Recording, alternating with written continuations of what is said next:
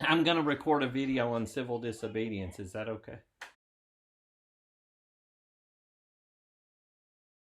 Has this affected some people? Yes, it has. But we've never killed the American economy over a health scare. The protesters in Michigan were engaged in what's known as civil disobedience. They were breaking the law, but they weren't using violence. Remember, in 2020, when the protesters were protesting the stay-at-home order, they were violating the law because the law that had been instituted required them to stay at home. Is it ever okay to break the law? Under what conditions are we justified in breaking the law? Breaking the law, breaking the... Oh, that's a Judas Priest song. It finally amounts to this, which also I believe. That government is best which governs not at all. And when men are prepared for it, that will be the kind of government which they will have. On July 23, 1846, the writer Henry David Thoreau left Walden Pond to go for a walk. On his walk, he ran into the local tax collector, who told him he needed to pay the voting tax for the past 7 years. Thoreau had to explain to him that his failure to pay the tax was not an oversight. It was on purpose. Thoreau was refusing to pay taxes because he disagreed with the Spanish-American War and wanted American slavery abolished. He wouldn't pay taxes to a government involved in slavery and an immoral war. By noon that day, Thoreau was in jail. He spent one night, well, see, this is where it kind of ruins the story for Thoreau. He spent one night in jail, and then his aunt came and paid the poll tax for him. I'm sure he was furious about that. Thoreau is most famous for his book Walden, about a simple return to nature, but he also literally wrote the book on civil disobedience.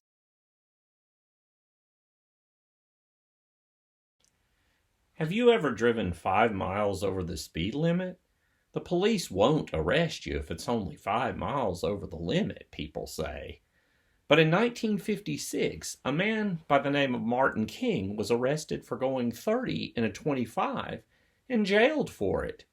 King was arrested 29 times in his lifetime, either for practicing civil disobedience or on trumped-up charges. In 1963, he was arrested for protesting and jailed in Birmingham, and that is where he wrote his famous letter from the Birmingham jail. A sentence from that letter always stuck with me.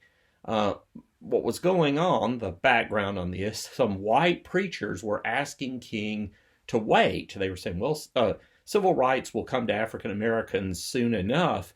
No need to do these protests. Get out of this civil disobedience because you're just stirring up violence.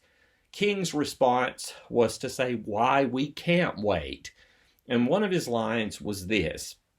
King told the story of his own daughter, and he said, "You would know why you can't wait if your little girl came running up to you and she was excited because she saw a commercial for Fun World." That was an amusement park in Atlanta, Georgia. And she says, Daddy, Daddy, when can we go to Fun World? And you have to tell your daughter that she can never go to Fun World because Fun World is for whites only. And King goes on, he says, and you see a little cloud of inferiority form over your daughter's personality, and you see that she subconsciously develops a hatred for white people. So it's interesting. King's pointing out that segregation isn't benefiting anyone. It's creating enemies for white people, and it's making African Americans feel bad about themselves. Let me just give you one quick example before we go on of the kind of civil disobedience Reverend Dr. Martin Luther King Jr. endorsed.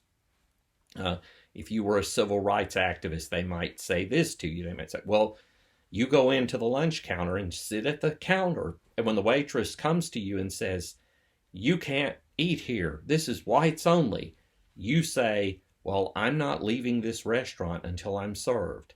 Then you'll get arrested. Maybe you'll go to jail for a night. Maybe you'll get beaten up. You just don't really know. Now, that's the sort of civil disobedience King encouraged. It's disobedience because at that time, the law in Alabama or Mississippi or Tennessee didn't require it. It was that you weren't supposed to have black customers at a white restaurant. But it was civil because the people engaging in the disobedience didn't themselves do anything violent.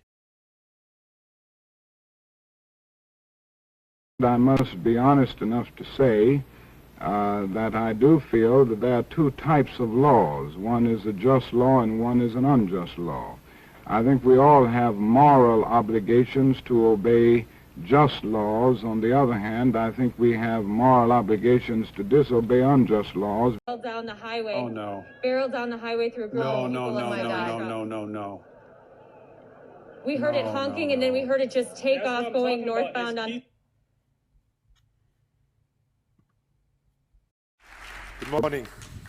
Nelson Mandela once said, "Courage is not the absence of fear, but the overcoming of it." Then there was the 15-year-old teenager who got arrested several times for violating the government's law against large groups protesting against the government. That's not a law we have here, by the way, but it was a law that they had in South Africa. This 15-year-old, Kumi Naidoo, was protesting apartheid, the legal segregation of blacks from whites that existed until the 1980s in his home of South Africa. More recently, in 2011, Naidoo spent 4 days in a Greenland prison for climbing to the top of that North Atlantic oil rig. It belongs to Cairn Energy. By occupying the oil rig, Naidoo and other Greenpeace activists were protesting oil drilling in the Arctic as part of Greenpeace's Go Beyond Oil campaign. According to Naidoo, civil disobedience is the only thing that will get the attention of governments and corporations that he believes put power and profits over people.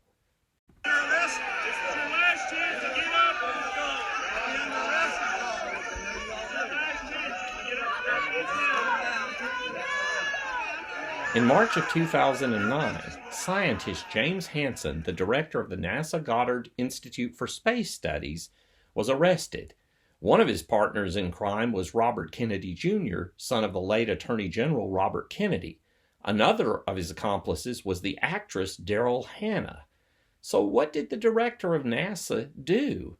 Well, he and others, including a lot of student activists, joined arms to surround Washington, D.C.'s Capitol Power Plant, blocking several gates of the plant and thereby preventing vehicles from entering and exiting the plant. You see, the plant is one of the few in the country that runs entirely on coal. Hansen and company believe that by emitting 60,000 tons of carbon dioxide a year, the plant contributes to climate change. See, these guys are climate change activists. So to send the message to public servants in Washington, D.C., Hansen intentionally broke the law. He was arrested for disorderly conduct, disturbing the peace, and trespassing. He retired from NASA in 2013 and now encourages others to engage in the same kind of nonviolent law-breaking in order to get politicians to take action against climate change. Another example, he wanted the banning of mountaintop removal for coal mining, where they cut the top off the mountain to get to the coal. And now we go back to Socrates in 523 BCE. Like Naidoo, he's been jailed. But unlike Naidoo and Hansen and Martin Luther King and Rosa Parks and all the other people we've talked about, Socrates seems to have a very different view about the breaking of a law. As we have already referenced, Socrates seems to believe that a good citizen does not engage in civil disobedience. Instead, a good citizen has too much respect for the laws to break them. Would Socrates disagree with Martin Luther King, Naidoo, Hansen, and for that matter, the protesters in Michigan, and for that matter, Thoreau and Gandhi, about using civil disobedience as a means to an end? Think about it. Should you ever break the law in your country?